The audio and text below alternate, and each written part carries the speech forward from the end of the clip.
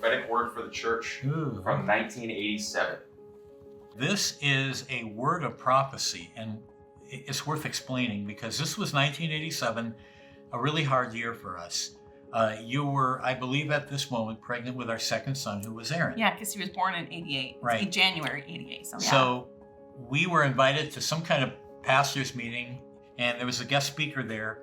So we got there. For whatever reason, we were a little bit late, and we walked in, and this guest speaker saw us come in, and he stopped the whole thing and said, "Hey, the couple that just came in, I need you to come on up in the front." And I thought, okay. I was huge and pregnant, remember? Here we go. Waddle to the front. And she got to the front, and he got a chair for you to sit down, and he said, "I believe God has a word for you two and your church and family."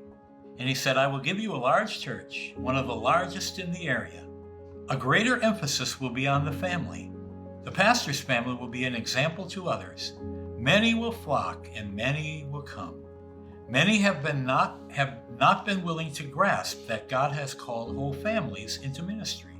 But the mold will be broken. Pastor's family and church will be the exception.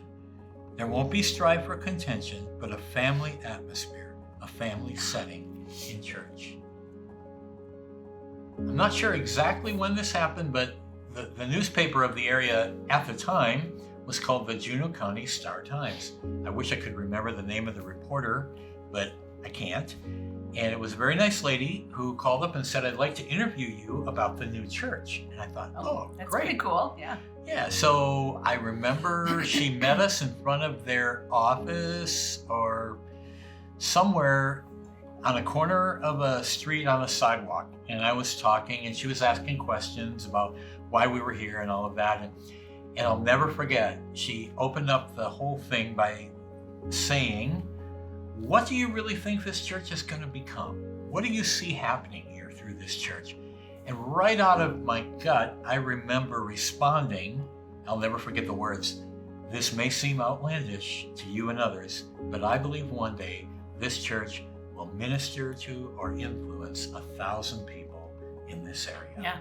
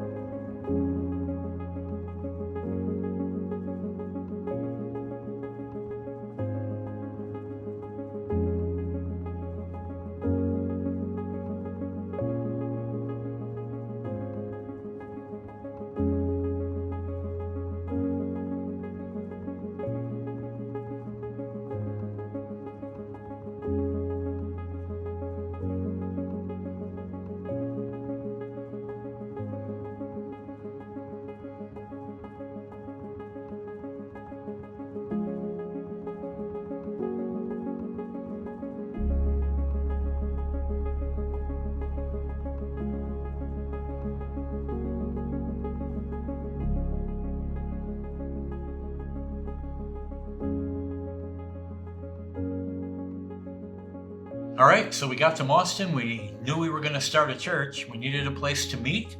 The city hall had a community room. We called them up, and they were open to let us use it. I don't think they even charged No, for I think it. they just I think let us it was use it. just for free.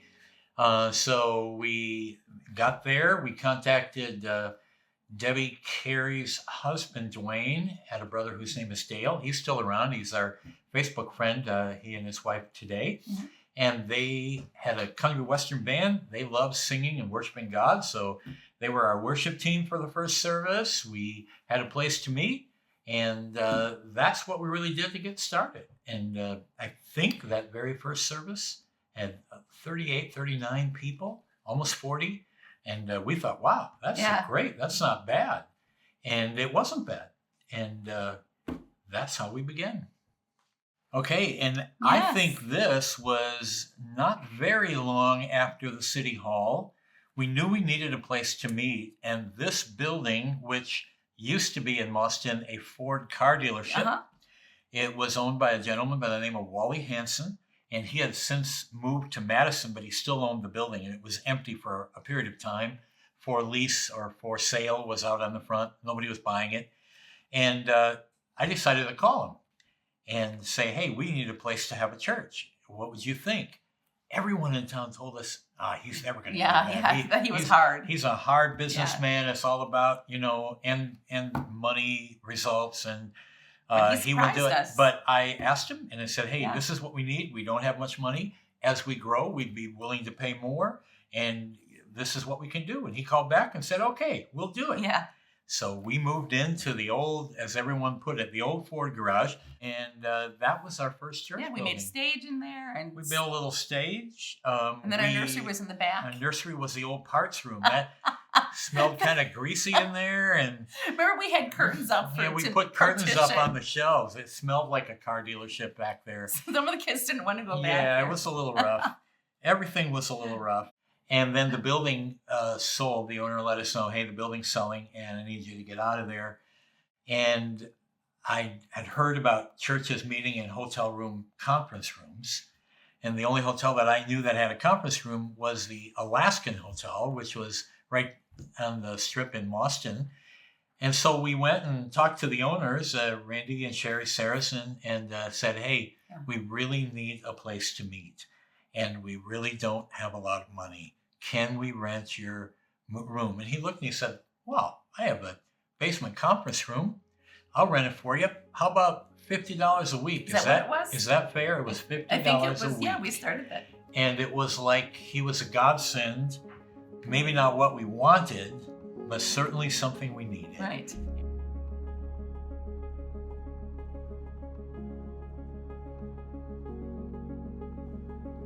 So I'm just thinking about this because, in Marshville we had all of these dreams and they seemed so real.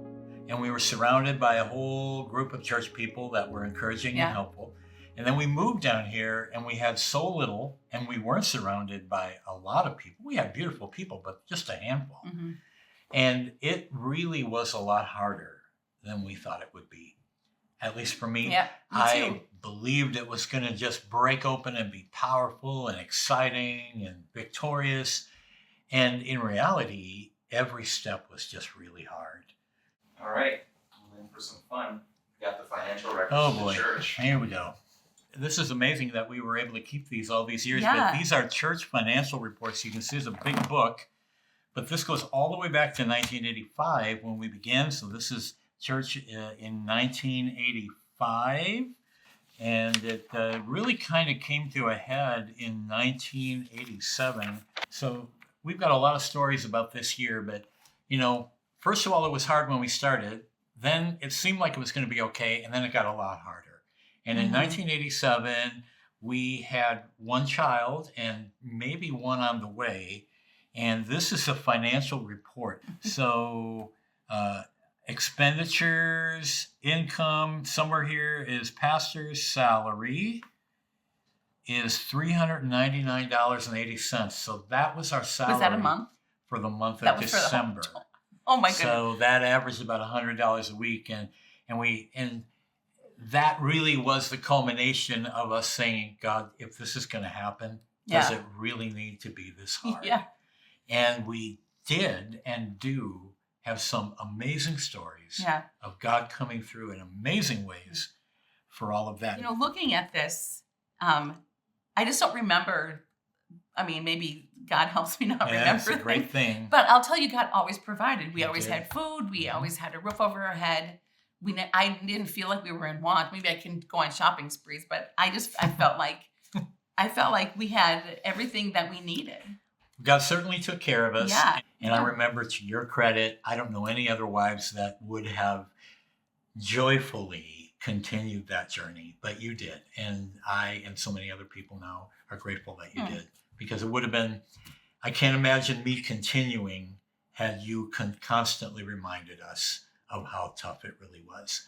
And God did provide. I remember one of your famous sayings during that whole season was, the worst thing that can happen to us is that we're going to die and go to heaven. Yeah, I do remember that. So this financial report that I'm referring to here is December of 1987. The first Sunday of December, I remember you asking me, "Hey, honey, can we get groceries this week?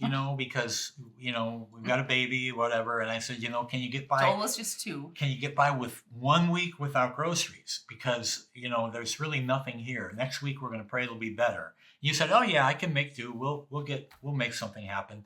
And we got through fine. So that was Monday. Thursday, we get this report, a giant blizzard is moving in. And normally, who cares, kind of a fun thing, but I knew what that meant. That blizzard was to hit on Friday and Saturday. And if the blizzard hits, people aren't coming to church. So that's in my head.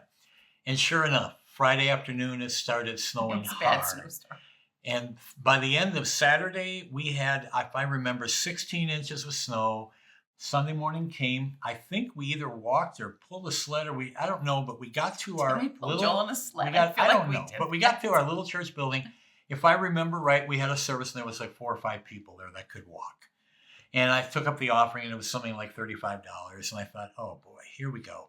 Monday morning, I got down there somehow. There wasn't a car on the road. And I'm sitting in this office with a little phone there, and you called and you said, "Hey, honey, I really need groceries this week. Last week we didn't have any." I said, "Just take the checkbook, write out a check. Get just what for we need. Exactly what you need and nothing more. And I promised by 3 o'clock, because that's how the banks worked back then, you had to have a deposit. By 3 o'clock, I will find that money somehow or another to cover the check." And I know you're not supposed to do that. I just didn't know what else to do.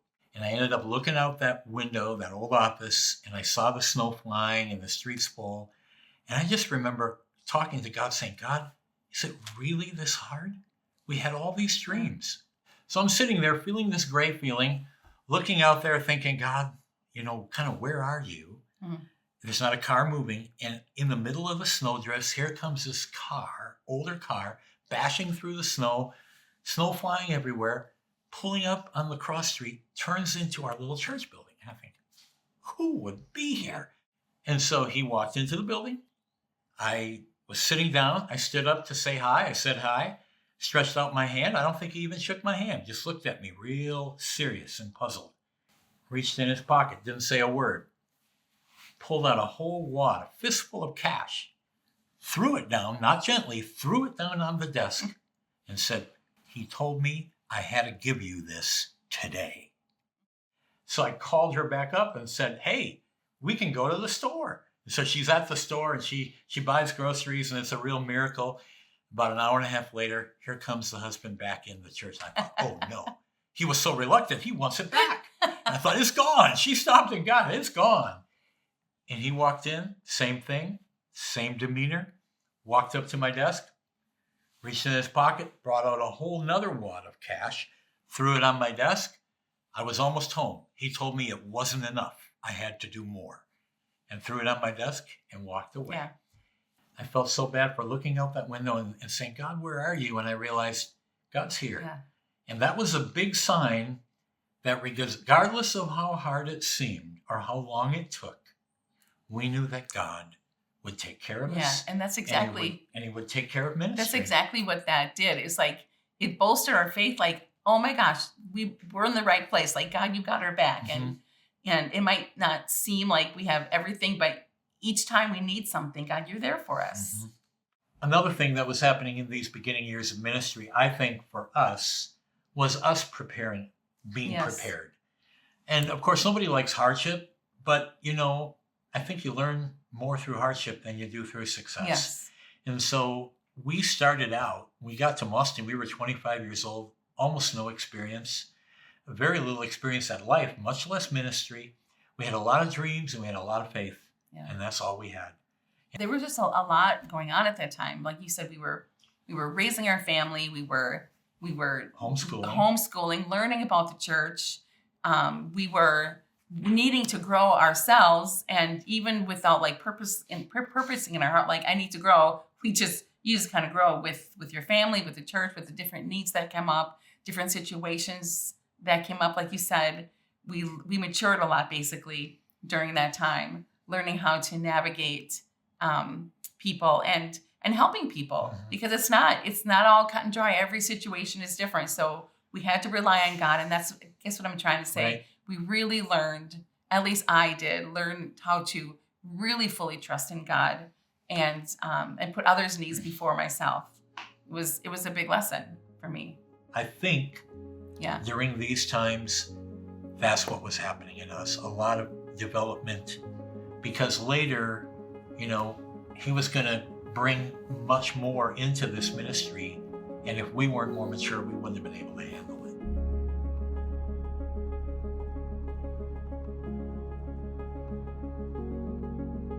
I still remember thinking, God, we really need a breakthrough. And I decided I'm going to fast and pray for a week. And I'm going to ask God to really do something. And I focused. I said, I'm going to pray at least 8 hours a day. I'm going to only drink water. And I'm going to say, God, I want one of two things. Either I want you to have a real breakthrough in this ministry, or I'm asking you to tell me why we can't have one. So I'm praying and walking through the home, nowhere really to go and pray. And I just felt all of my prayer was focused on this thought. God, what are we really doing here? As I said that, one of our children, I think it was Aaron, but one of our children came running through the dining room right past me, just a diaper on, somebody else making a mess, and he comes running through the house. I had to grab him before something bad happened, and I picked him up, and I felt like God spoke to me and said, this is what you're doing here. You're raising your family. And that was also profound. It helped me be patient and helped us realize that the most important thing in our lives was not a church or a ministry, but a family that could serve and honor Jesus. Oh boy, here we go. Look at that. Tell us about Lee. Here's a picture of Lee. I always had a smile on his face. He was a wonderful man and had a wonderful family, some of whom we still visit with and are friends with today. Mm-hmm. I met Lee before we even had decided to have a church. It was like the third time we came to the area to have a Bible study, or fourth. Over in Elroy. It was, and he came in, and one of the people at the home Bible study said, Paul, I'd like you to meet a friend of mine. His name is Lee. And Lee walked right up to me and said, I want to give you a hug. And he's a big, strong man, wrapped his arm around me, hugged me hard enough, picked me up off the ground, cracked my back. I'll never forget it.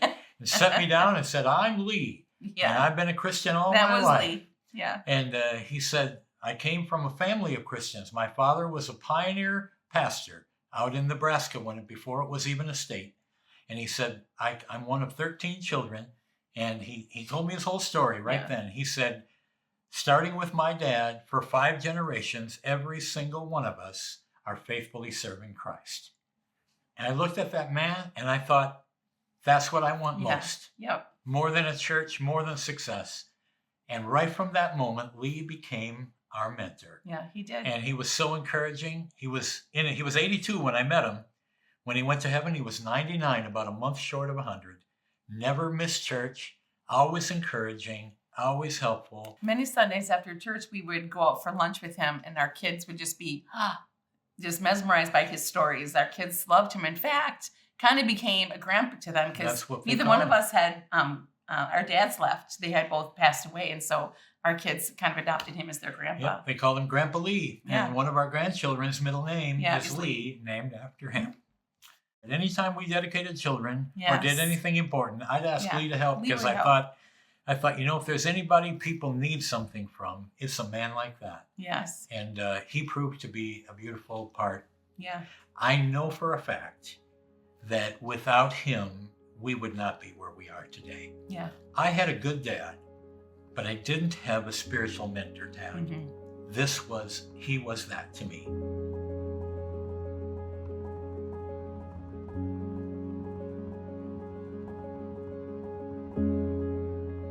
So through the process of being in the Alaskan, we eventually did grow a little bit, and we had some more people coming, not a lot, but it was a little better.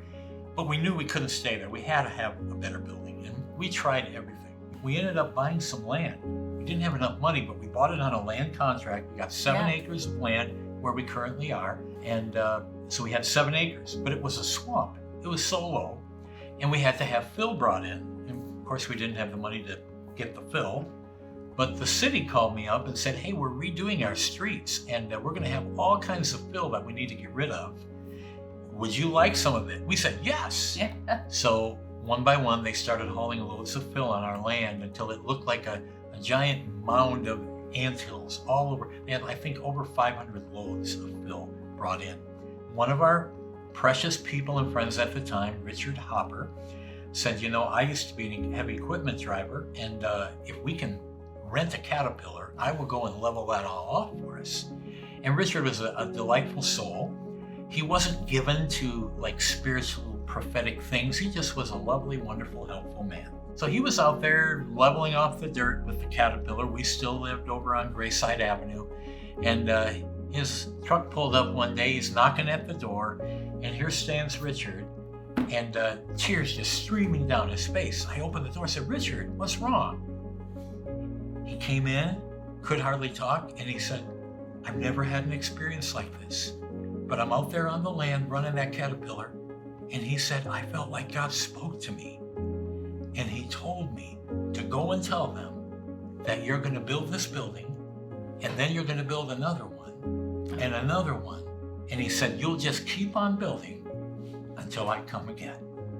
And building to me was something I never wanted to lead as a pastor. I watched pastors lead building programs, and they were always traumatic and problematic and church splitting and all this stuff. And I thought, Never gosh, wanted I to don't do want to one. do it. But sure enough, we were able to build Yeah. our first building, then another, and a couple of additions. And here we are. And God's not done yet. No. We got our blueprints and we got all ready to go. We're trying to line up everything to make it happen. And I remember spending a lot of time in prayer saying, Lord, we want this to work out right. We want you to be a part of this. We want it to be good. And one day as I was praying, I don't know why it came to me this way, but we've been at ministry for a while. We went through some really hard things. Yeah. And I remember praying, and I felt like God say, Paul, when you build this building, you're going to enter the first phase of what I've really called you to do. So at first it was like, yes. And then I thought, first phase? First phase. What's this phase? I Basic remember- training? This was hard. Yeah. But nevertheless, it really was true. Every phase that we've entered, things have just changed and grown. Mhm. And so certainly that first phase was a lot of learning and growing for both people and us, Yes, and a for time sure. for our family. Yeah.